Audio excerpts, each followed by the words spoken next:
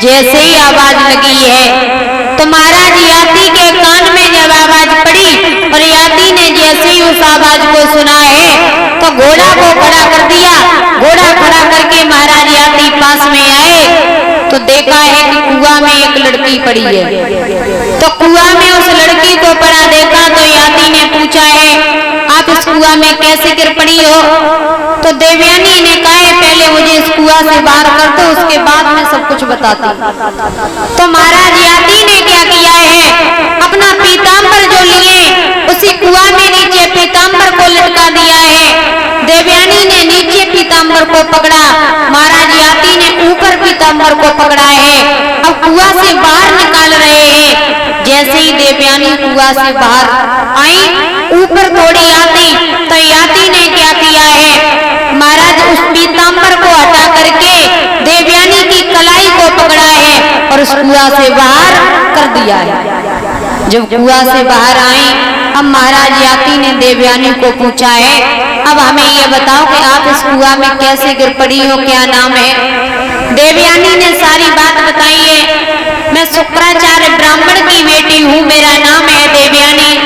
मेरी साथ वाली सहेलियों ने हमें धक्का देकर के कुआं में गिरा दिया है और मैं इस कुआं से निकल नहीं पा रही थी, इसलिए मैंने आपको बुलाया।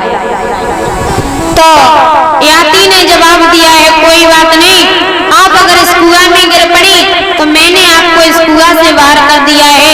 अब आप ऐसा करो आप अपने घर जाओ और मैं अपने घर जाता हूँ। तो देवयानी जो रहे सो महाराज याति से बोली है महाराज अब आप तो कह रहे हो कि आप अपने घर जाओ मैं अपने घर जाऊं, लेकिन आपने मेरी इस कलाई को पकड़ा है। अब ये कलाई तुम्हारे सिवा कोई दूसरा नहीं पकड़ेगा। तो याति बोले ये क्या कह रही हो? देवयानी बोली महाराज बात ये है कि आपने ये कलाई को पकड़ा है तो अब आप मेरे साथ में विवाह करें, तुम्हारे सिवा ये कलाई कोई दूसरा नहीं पकड़ेगा। तो याति बोले ये बताओ तुम्हें मैंने कुआं से बाहर कर दिया, इसका मतलब अब ये है कि हम तुम्हारे साथ में विवाह करें?